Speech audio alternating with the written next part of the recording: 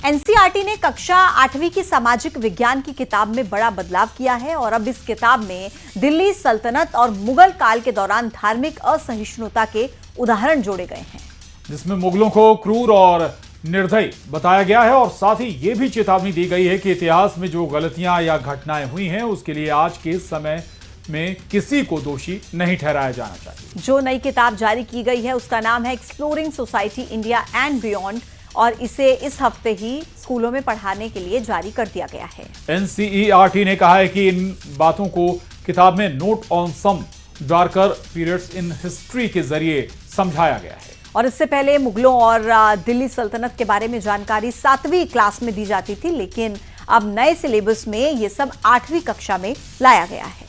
तो चलिए आपको बताते हैं कि एनसीईआरटी की नई किताब में क्या क्या लिखा है।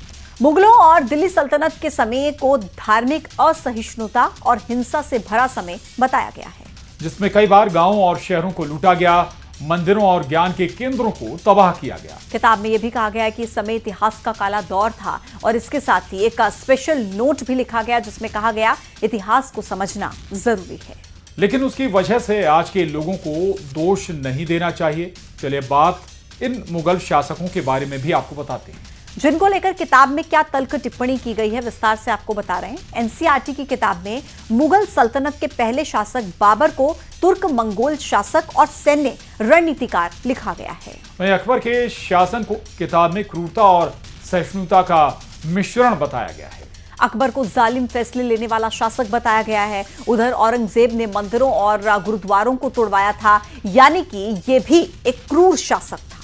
और अकबर के उत्तराधिकारी जहांगीर और शाहजहां को किताब में कला और वास्तुकला का संरक्षक कहा गया है। लेकिन यह भी बताया गया कि शाहजहां की बीमारी के बाद उत्तराधिकार की लड़ाई में औरंगजेब ने अपने भाई दारा शिकोह को मार दिया था और अपने पिता को बंदी बना लिया था। इतिहास को उसके वास्तविक स्वरूप में आज छात्रों के सामने वापस से प्रस्तुत किया गया है। जितने भी इस्लामिक बर्बरता पूर्वक शासन करने वाले लोग थे उनको इतिहास की किताबों से उनके साथ न्याय बरतते हुए उन्होंने जो वास्तविक व्यवस्था को संचालित किया था उसको आज छात्रों को पढ़ाया जा रहा है, ताकि छात्र अपने अतीत से सीख लेकर के एक गौरवशाली भारत के निर्माण की ओर आगे बढ़ सके। मध्य प्रदेश में ऐसी 3 जगहों पर जो है बिल्डिंग गिरने से बच्चे घायल भी हो गए, कुछ लोगों की मृत्यु भी हो गई। झाबुआ में, दमोह में, इधर उधर। सरकार का इस पर ध्यान नहीं है। इतिहास बदल देंगे तो स्कूलों की बिल्डिंग अपने आप चमचमाने लगेगी, मंगल ग्रह से उस पर रोशनी आ जाएगी। 30,000 स्कूल बंद हैं और कह रहे हैं बीजेपी के लोग कि हमने मेडिकल कॉलेज खोल दिए, तो बिना स्कूल में पढ़े हुए मेडिकल कॉलेज में एडमिशन ले लेगा बच्चा। उधर उत्तराखंड के शिक्षा मंत्री धन सिंह रावत का बड़ा बयान सामने आया है। उत्तराखंड के 17,000 सरकारी स्कूलों में एनसीईआरटी के तहत पढ़ाए जाने वाले पाठ्यक्रम में भगवद गीता और रामायण को भी शामिल कराने की मांग की है। इसको लेकर मुख्यमंत्री के साथ शिक्षा विभाग की बैठक में ये बात रखी गई है। मंत्री रावत ने कहा कि जब तक ये लागू नहीं हो जाता तब तक स्कूलों में रोज प्रार्थना सभाओं में भगवद गीता और रामायण के श्लोक शामिल किए जाएंगे। आधारित जितने भी सब्जेक्ट हैं वो बच्चों को पढ़ाए जाएंगे। और अभी मुख्यमंत्री जी और हम लोग शिक्षा विभाग की हम लोगों ने बैठक की थी, उसमें हमने तय किया कि हमारे जो लगभग 17,000 सरकारी स्कूलें हैं वहाँ हमने अभी एक हमारी विरासत किताब निकाली है, वो भी बच्चे पढ़ेंगे। अब हमने एक टास्क दिया है अपने एनसीईआरटी को कि वो जो है एक सिलेबस तैयार करें जिसमें कि भगवद गीता होगी, रामायण होगी, हमारे बच्चों को पढ़ाया जाएगा। लेकिन अभी जब पूर्व मुख्यमंत्री और कांग्रेस के नेता दिग्विजय सिंह ने कांवड़ यात्रा पर सवाल उठाते हुए रोड पर नमाज और कांवड़ यात्रा की एक फोटो पोस्ट की और लिखा कि एक देश में 2 कानून हैं। वहीं दिग्विजय सिंह की पोस्ट पर बीजेपी ने निशाना साधते हुए कहा है कि जाकिर नाइक के मित्र से और क्या उम्मीद की जा सकती है।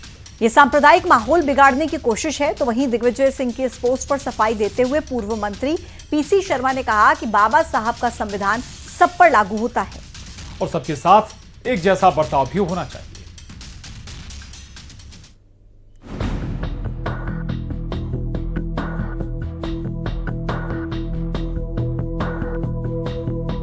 कांग्रेस के वरिष्ठ नेता दिग्विजय सिंह ने सोशल मीडिया पर एक पोस्ट शेयर किया जिस पर बवाल हो गया। सबसे पहले आप दिग्विजय सिंह के वो पोस्ट देखिए जिसमें 2 फोटो हैं। पहला सड़क पर नमाज पढ़ते लोग और दूसरा कांवड़ यात्रा का। इस फोटो का कैप्शन है, एक देश में 2 कानून हैं। वहीं दिग्विजय सिंह की पोस्ट पर बीजेपी ने निशाना साधते हुए कहा कि जाकिर नाइक के मित्र से ये भला और क्या उम्मीद कर सकते हैं। सांप्रदायिक माहौल बिगाड़ने की कोशिश है। उधर कांग्रेस ने दिग्विजय सिंह की इस पोस्ट पर सफाई दी। पूर्व मंत्री पीसी शर्मा ने कहा कि बाबा साहिब का संविधान सब पर लागू होता है, सबके साथ एक जैसा बर्ताव होना चाहिए। जाकिर नाइक के मित्र से दिग्विजय सिंह से आप क्या उम्मीद कर सकते हैं? उनके एक खास नेता ने कहा था कि हमारे यहाँ स्लीपर सेल भी होती है कांग्रेस में और उनको हम बाहर करेंगे। जरूरी नहीं है कि कोई आतंकवाद फैलाने के लिए बम फोड़े गोली चलाए। उस प्रकार का मानस तैयार करने वाले लोग भी समाज में होते हैं और दिग्विजय सिंह जी जब भी बोलते हैं, जहर उगलते हैं, हमेशा सांप्रदायिक दंगे भड़काने का देश में कोशिश करते हैं। ऐसे व्यक्ति के खिलाफ सख्त कार्रवाई होना चाहिए। बाबा साहब अम्बेडकर का जो संविधान है वो सब पर लागू है और ये सब चीज़ें एडमिनिस्ट्रेशन को इतने पावर होता है कि समझाइश से ये सब कर देती है, लेकिन उसमें लठ चलाने की या लोगों को प्रताड़ित करने की आवश्यकता नहीं होती है। संविधान का हवाला देकर कांग्रेस कांवड़ यात्रा और सड़क पर नमाज पढ़ने को लेकर बीजेपी पर हमलावर है। उधर बीजेपी ने कांग्रेस पर सांप्रदायिक माहौल बिगाड़ने का आरोप लगाया। फिलहाल दोनों तरफ से बयानों के तीर छोड़े जा रहे हैं। Report news 18। और बात बिहार की। बिहार में विधानसभा चुनाव की आहट सुनाई देने लगी है और सियासी पारा चढ़ चुका है। नीतीश कुमार और तेजस्वी यादव के बीच कांटे की टक्कर के बीच अब बिहार की सियासत में मध्य प्रदेश की एंट्री हो चुकी है। बीजेपी के लिए चुनाव प्रचार की कमान खुद सीएम डॉक्टर मोहन यादव संभालने जा रहे हैं और इसके साथ ही पार्टी के सोशल इंजीनियरिंग का जोरदार ट्रेलर भी मध्य प्रदेश में दिखने लगा है। आपको बता दें कि बिहार में 60% से अधिक ओबीसी वोट हैं और एमपी बीजेपी के दिग्गज चेहरे मोहन यादव, शिवराज सिंह चौहान, केंद्रीय मंत्री सिंधिया, प्रहलाद पटेल, ये सब ओबीसी कैटेगरी से। बिल्कुल। और आपको बता दें कि कविता पाटीदार, भूपेंद्र सिंह और जो भी नाम भी प्रशांत ने आपको बताए वो सभी प्रचार में उतरेंगे और साथ ही कैलाश विजयवर्गीय, हेमंत खंडेलवाल, वीडी शर्मा जैसे नेता भी जमीनी जमावट और जातीय संतुलन के मास्टरमाइंड माने जाते हैं। ये सब बिहार में चुनाव प्रचार करेंगे। कांग्रेस प्रवक्ता मिथुन अहिरवार का कहना है कि डॉक्टर मोहन यादव को इसी दिन के लिए सीएम बनाया गया था। एमपी के सीएम को बिहार भेजा जा रहा है क्योंकि भाजपा के पास अपना दमदार चेहरा नहीं है। तो कुल मिलाकर अब कमान संभालने के लिए खुद मुख्यमंत्री डॉक्टर मोहन यादव बिहार चुनाव के लिए बीजेपी की तरफ से मैदान में उतरने वाले हैं और कितना असर उसका रहने वाला है ये देखना जमीनी स्तर पर काफी अहम रहेगा।